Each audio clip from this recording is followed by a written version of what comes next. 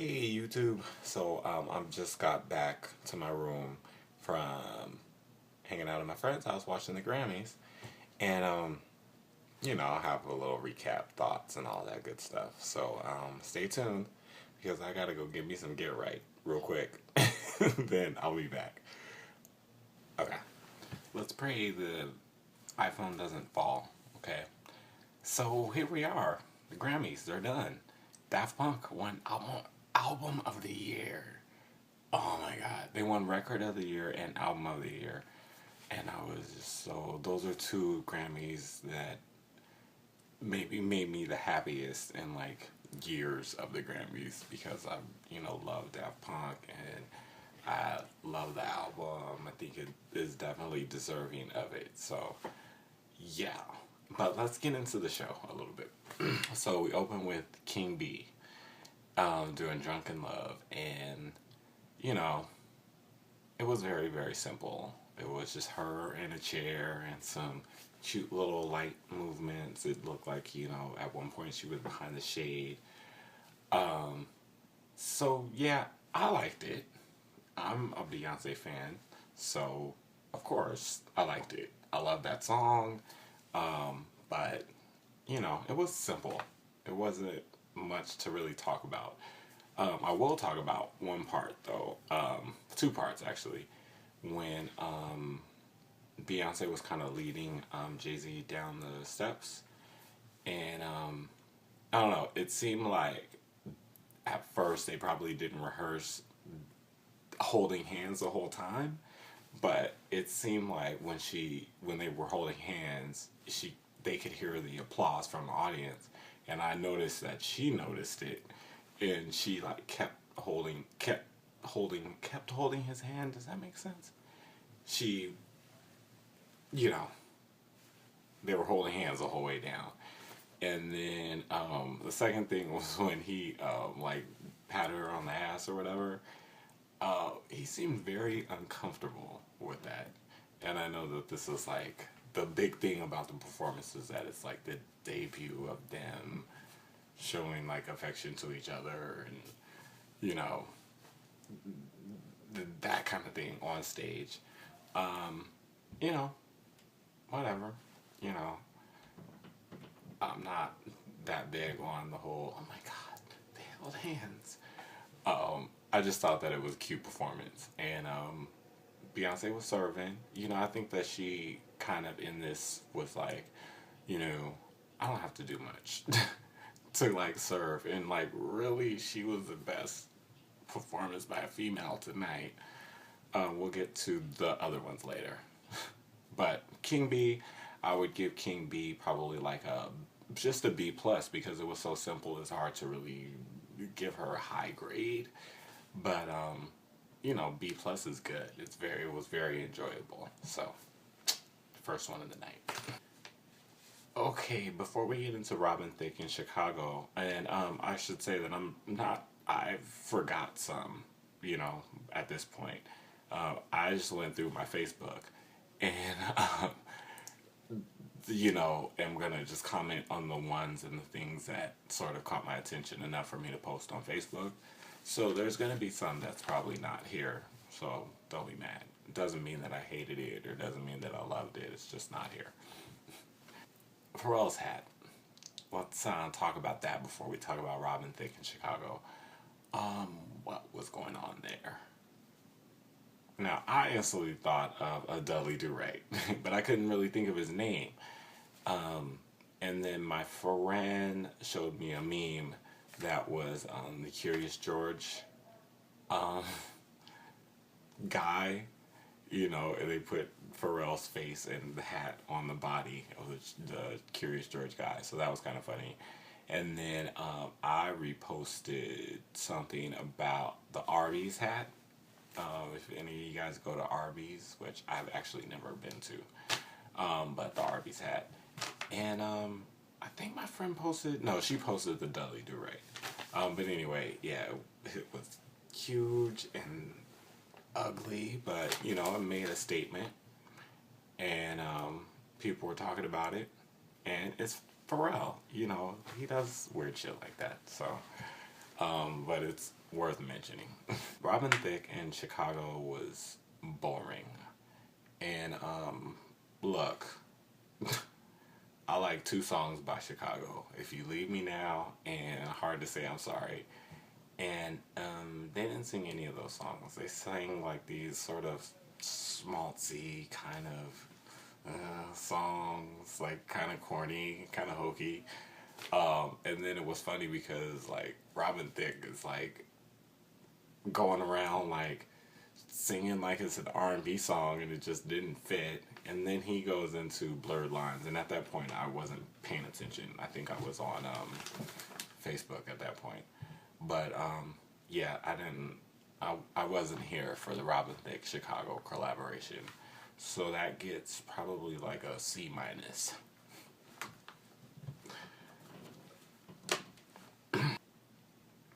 Gary Clark Jr. and Keith Urban did a song together. And that's really all I could say. Yeah. Taylor Swift. First of all, can we talk about how annoying it was to see her? Oh, I shouldn't talk about that yet. Yeah, when Beyonce was doing Drunken Love, they panned to Taylor Swift, and she was all like,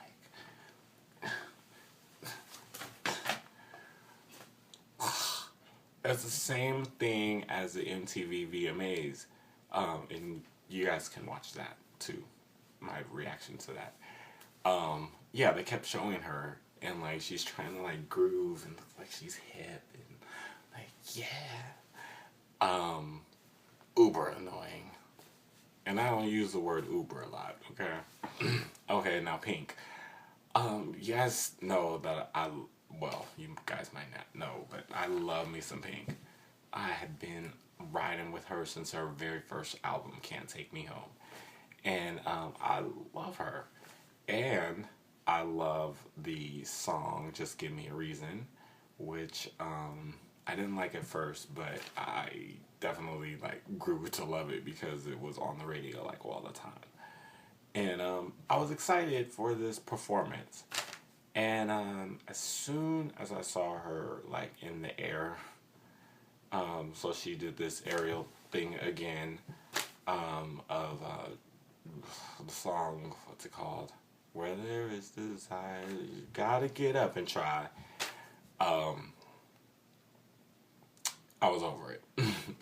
And, you know, she did a little variation on it. It was black, and she was doing more sort of like leg splits and like leg,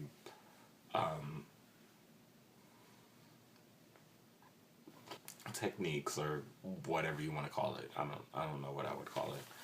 But, so she tried to do it different, but it's just, we're over it. Like, you did it, what was that, like 2 years ago? Well, 3 years ago, I think. Because Beyonce did,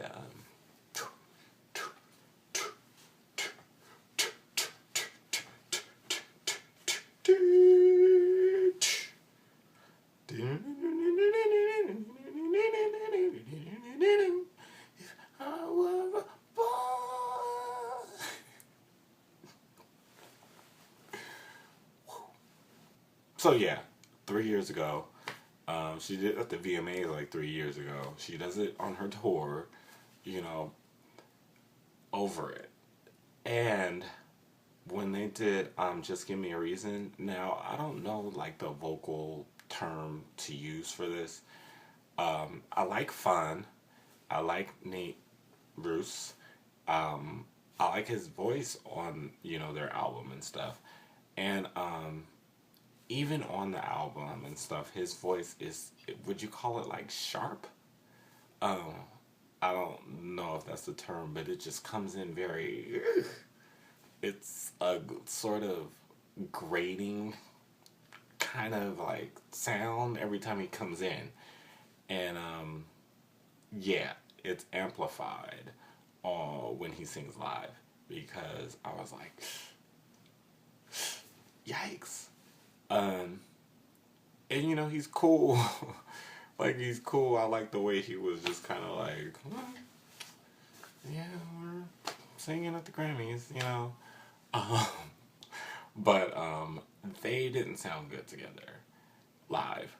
And I think they sound good together on the song, like the recorded version, but this live rendition was not cute at all. So I gotta give Pink, I gotta give her like a D. I'm sorry. I really love her, and this was one of the performances that I was most excited about, and it was just like, oof, this is not working for me. So, you know, they had been hyping this whole Beatles reunion. Paul McCartney and Ringo Starr are going to perform together. And they announced Ringo Starr. And I was like, okay. And then it was just Ringo Starr. And I was like, oh, okay, well, we're going to get the reunion later, right? Spoiler alert, we did. But I was a little upset because I felt like, oh, they've kind of bamboozled us here. Anywho, yeah, I'm not even going to grade Ringo Starr because it was just like corny and hokey and like, I like the Beatles, by the way, but that, not here for it. Okay, so Kendrick Lamar on Imagine Dragons was the best performance of the night. Well, the second best performance of the night. So at this point, it's the best performance of the night. It was just awesome. I like both of the artists. I like Imagine Dragons a lot, and I like Kendrick Lamar, even though I really couldn't tell you what the name of the song that Kendrick Lamar performed. But it was like a mashup thing. So Imagine Dragons started singing, and then they went into this like white sort of look, Kanye West-esque. And I don't know, Imagine Dragons had these drums, and it was just like, it was just like hype. It was the hypest performance of the night. And I really thought that it was just a great showcase for both of them. And I give that one an A. Now, this is when Taylor Swift got on my fucking nerves. Because they kept showing her, first of all. Now, you know, I have to blame the producers for showing her, the director for showing her so much. For cutting to her. But she was like really trying hard to be like, I'm because she was in the front row, and Kendrick Lamar at one point went on the little ramp, and you know, so they were right in front of each other. So I think that made her feel like, oh, I have to really like, she's doing that. I was like, oh, away with her, please. Have several, please. So yeah, Taylor Swift, she just gets on my nerves. Oh, I guess I didn't even talk about it, but you guys know that I love Katy. I love my Katy. And I think that she did an okay job with her performance of Dark Horse. But A, I don't really like that song. B, I wasn't in for the whole wicked, like, setup that she was going with. So I wasn't a fan of the whole theme, so it was hard for me to judge. Like, I just wasn't into it. And I thought it was cute when she was trying to like trying to do a little bit of choreography and stuff. I thought that was cute, but it was still like, I don't know, it made it seem more amateur than she should be at this point. I love Katy, and that's not a read or anything, but yeah, it should have been better. I'll say that. She could have did fucking Roar for me, and like, I don't know. I just wasn't really here for it. So I gave that one like a C. Okay. So this girl, Kacey Musgraves? Musgrove? Musk something. Wasn't paying attention to her song. I like country music. And my friend actually was like, oh, he got out his Shazam and got it. He was like, oh, this is cute, little country song. But I loved her little cheap, cheesy, campy set. She just had like these neon cactuses around. It was a small stage, and so she had the sort of cheapy neon cactuses up, and then she had the guys like in the band. They had like Christmas ornaments on them, like hanging down. So it was like so cute. I just like that part of it. Paul. So Paul came on and Ringo was doing drums for Paul. As Paul sang, it's one of the songs that I like too on his new album. Fanny Manny or something like that. It's some kind of like fucked up name. And it's like one of those, what's the song about he's in school and then what is that song?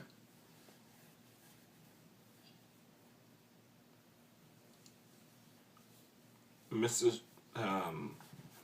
Silver's hammer, bang bang, Maxwell Silver hammer came down on his head.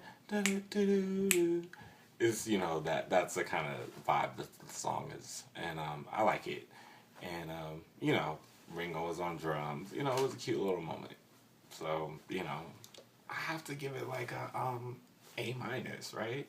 It was a cute moment. It was a monumental, and they kept pumping this Beatles. I guess it's like two things, but the one I'm interested in is I guess Tom Hanks does a documentary or they had the series of the 60s documentaries, and so this is the 60s, the British invasion, and I'm really interested to see that. But they were also talking about doing something on February 9th where it was like I guess documentary about when they went on Ed Sullivan, which was February 9th, 1964. So anyway, they kept pumping those because they're both, one was on, I think, CNN or another network. But anyway, they kept pumping that. So it was a big, Beatles moment, and it was really cute. So I have to curve it sometimes. You gotta curve the scales a little bit. Let me see if I could get the names right. I know it was Willie Nelson, Kristofferson, Blake Shelton, and another sort of legendary Merle something. Anyway, it was a big like country, like classic country, roots country. I don't know if you would call it bluegrass. I don't think it's bluegrass, but just that down home country. What happens when you get like really old guys, up on stage singing songs and playing guitar, and they were mumbly and warbly, and thank God for Blake Shelton. He was awesome. And they were all, I loved how they were like all looking at him like, yeah, like, stamp of approval. You got it, It was the same like last year when Alabama Shakes, the girl Brittany from Alabama Shakes was in some kind of tribute. And I keep meaning to look that up on YouTube, but I haven't yet. But she sang, and, her voice. And everybody was like, looking at her like, yeah. I think Mavis Staples was up there, and she was like, yeah. So, that's always cute when you see like the sort of passing of the torch. So, or the, stamp of approval. So, yeah, I would give that performance like a B minus, I guess. C. Am I too hard with my grades? Best performance of the night. Daft Punk, Pharrell, Nile Rodgers, and Stevie Wonder. And here's why. First of all, that song is, not necessarily one of my favorites either, Get Lucky. But it is an addictive kind of song. So, once a little track comes on, it's kind of got you hooked, right? You have Pharrell in his big ass hat, and you have Stevie Wonder there, and it's a set up like a 70s recording studio. That was the set, and I thought that was like genius. And at first you don't see Daft Punk, and then Stevie Wonder does the second verse, and I thought that he sounded like so good on it that I would love for him to like remix it and just sing Pharrell's parts. I know they probably won't do that, but he did sound great on it. And a lot of times Stevie Wonder be messing up words, okay, when he be singing live. So I was happy that he didn't do that this time. And then they unveil Daft Punk, and here's where the second part of the awesomeness comes in. So, they're doing the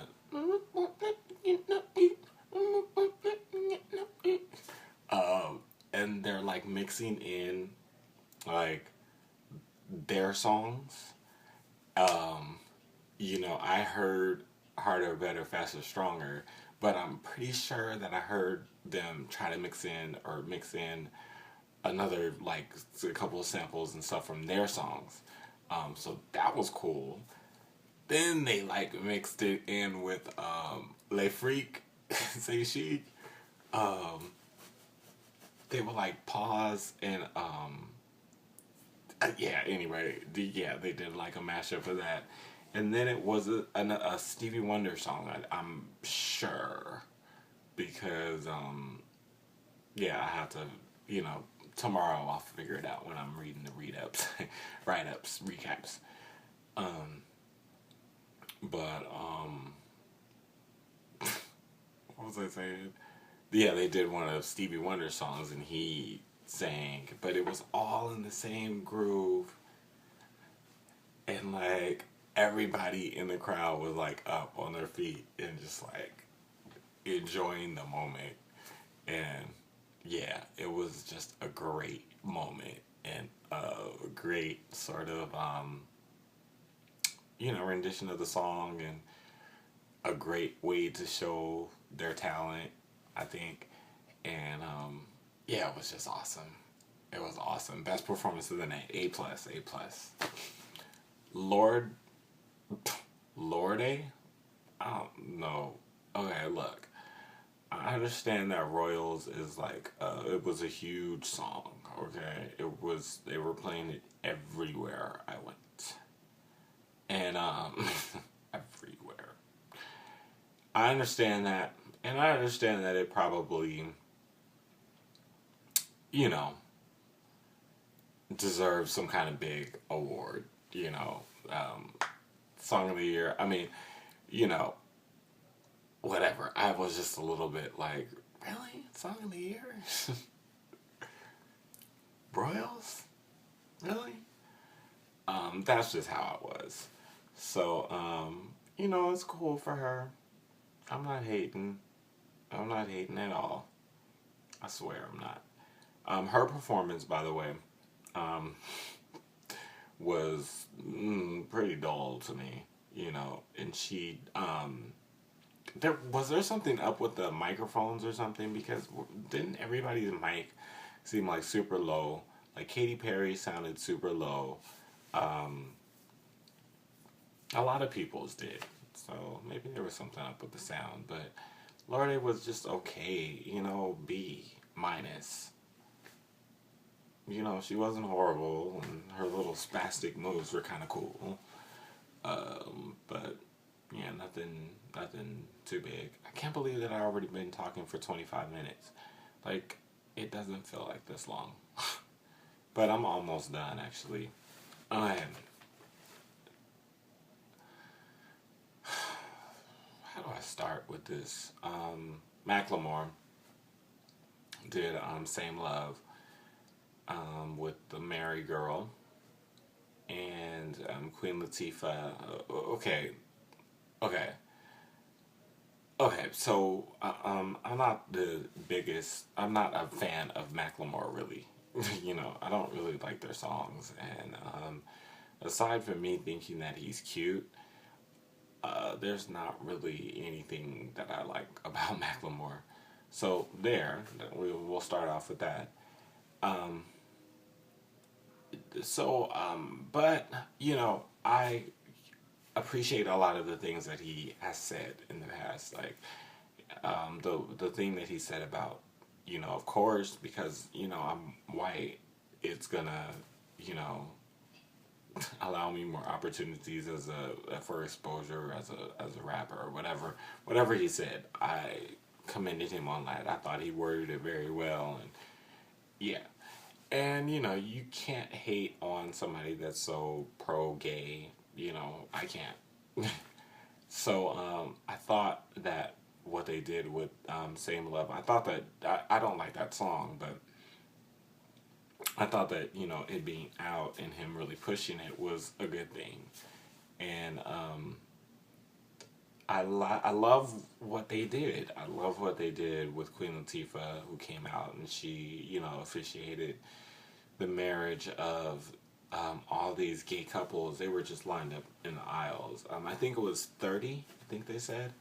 But, you know, it was a beautiful, beautiful, beautiful thing, beautiful moment. And then all of a sudden, here's Madonna. I mean, literally, like, they said I do, and then, like, 30 seconds later, not even 30 seconds, I wouldn't even give it that, they're like, here's Madonna.